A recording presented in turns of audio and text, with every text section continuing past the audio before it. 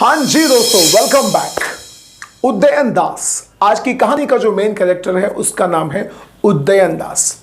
उदयन दास से जब भी लोग बातचीत किया करते थे तो वो बहुत ज्यादा इंप्रेसिव तरीके से बातचीत किया करता था।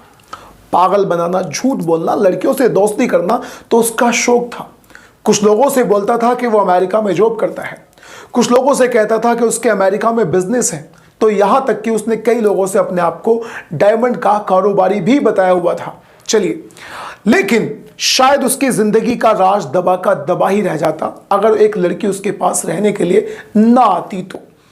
जब उसका पर्दा खुलता है और जब उसकी कहानी से पर्दा उठता है तो पता चलता है कि वो एक सीरियल किलर है जिसने एक दो नहीं 6-7 मर्डर्स किए हुए हैं। लेकिन उन 6-7 मर्डर्स का पता नहीं चलता, पता चलता है तो केवल और केवल 3 से 4 मर्डर्स का। चलिए, आज की सच्ची घटना में मैं आपसे बात करने वाला हूं भोपाल के रहने वाले उदयन दास के बारे में, जिसके माता की अगर बात करें तो वो एक पुलिस ऑफिसर थी, और अगर बात करें इसके पिता की तो वो भेल में नौकरी किया करते थे। अपनी नौकरी के दौरान उन्होंने भोपाल में घर खरीदा, रायपुर में घर खरीदा और दिल्ली में एक फ्लैट भी खरीदा था। बचपन में उदयन दास इनका इकलौता बेटा था और जिंदगी भर उनका केवल एक ही बेटा था। रंग से सांवरा था, उसकी किसी से दोस्ती नहीं होती थी। अपने ही घर में रहकर वो कंप्यूटर गेम्स वगैरह खेला करता था। जब उसने 12th पास कर ली तो वो दिल्ली में जाकर रहने लगा उनका, क्योंकि दिल्ली में फ्लैट था। जब वो दिल्ली में चला गया तो वो कुछ लोगों से बोलता था कि अमेरिका में उसका बिजनेस है, तो कुछ लोगों से, कुछ रिश्तेदारों से बताता था कि दिल्ली के IIT में वो पढ़ाई कर रहा है, बहुत ज्यादा ब्रिलियंट है। दिल्ली में रहने के दौरान उसने अय्याशी, लड़कियों से दोस्ती करना और फेसबुक पर तमाम सारी अपनी आईडीज बनाकर लड़कियों से दोस्ती करने का काम उसने शुरू किया हुआ था। उसकी जिंदगी शायद अच्छी चलती रहती, लेकिन 2007 में पश्चिम बंगाल के बांकुरा की रहने वाली एक लड़की जिसका नाम था आकांक्षा शर्मा से फेसबुक पर उसकी दोस्ती होती है। दोस्ती धीरे धीरे प्यार में बदल जाती है। जब दोस्ती प्यार में बदल जाती है तो 2016 में ये लड़का उदयन दास उस लड़की को ऑफर करता है कि मैं तुम्हारी अमेरिका में जॉब लगवाने वाला हूं, तुम मेरे पास आ जाओ। आकांक्षा शर्मा अपने माता पिता से इस बात को बताती है और 1,20,000 रुपए लेकर इसके फ्लैट पर दिल्ली इसके पास आ जाती है। दिल्ली आने के बाद जब इसके साथ रहती है तो इसकी हरकतों के बारे में उसे पता चल जाता है। वो समझ जाती है कि तो फ्रोड आदमी है। जैसे ही वो इस बात को समझती है तो इन दोनों के बीच में झगड़ा चालू हो जाता है। आखिरकार झगड़े के दौरान ये उसको, आकांक्षा को मना लेता है। आकांक्षा कहती है कि मुझे अपने घर वापस आना है, ये उसे मना लेता है और फिर ये लोग आकर भोपाल में शिफ्ट हो जाते हैं, भोपाल में रहना शुरू कर देते हैं। अब उदयन दास आकांक्षा को अपने घर वालों से बातचीत नहीं करने देता था।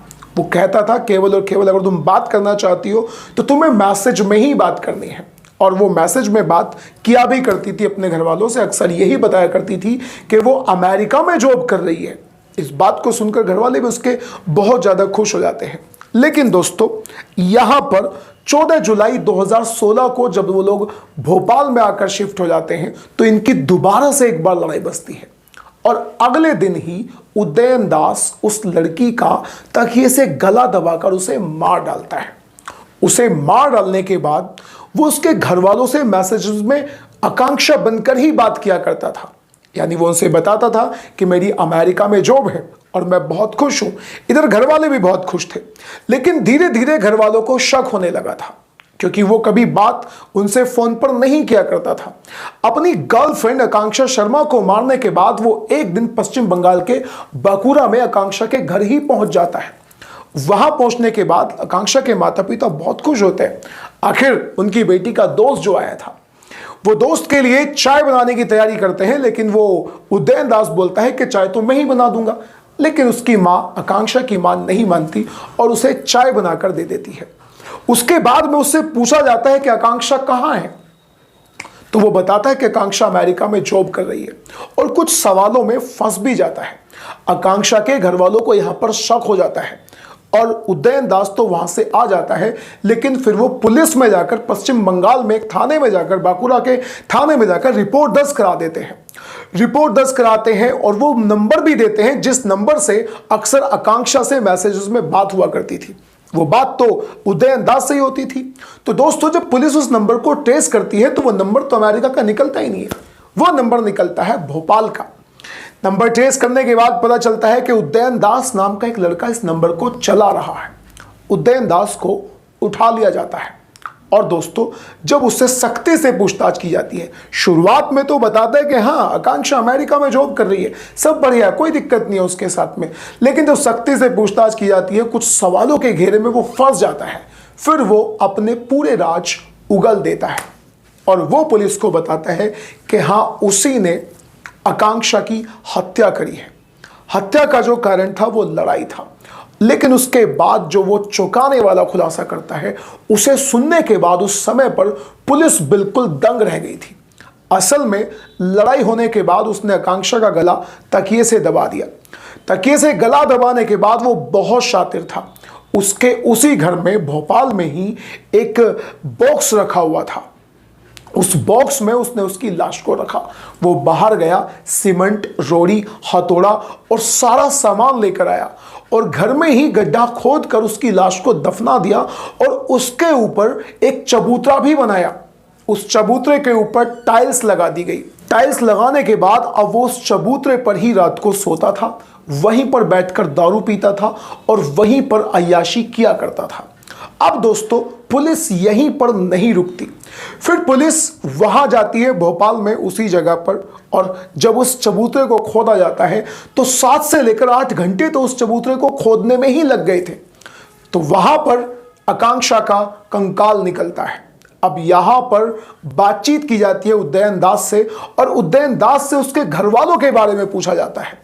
तो वो अपने घर वालों के बारे में बताता है कि मेरे घर वाले तो रिटायर हो गए थे 2010 में और रिटायर होने के बाद वो अमेरिका में जाकर शिफ्ट हो गए।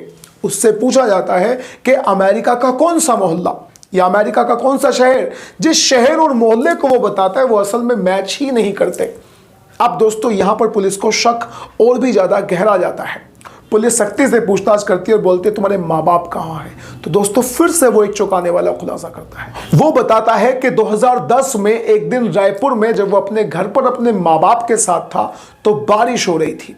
उसके माँ बाप उसे रोज टोका करते थे कि तुम कुछ भी नहीं करते, कुछ करो, अपनी आदतें सुधार लो। बारिश हो रही थी, गुस्से में उसने उस दिन अपने माँ बाप का कत्ल कर डाला। माँ बाप का कत्ल करने के बाद उसी घर के आंगन में माँ बाप को दफना भी दिया। दफनाने के बाद एक वकील को उस घर को बेच दिया। अब दोस्तों देखिए, अपनी गर्लफ्रेंड को मारा, अपने माता पिता को मारा।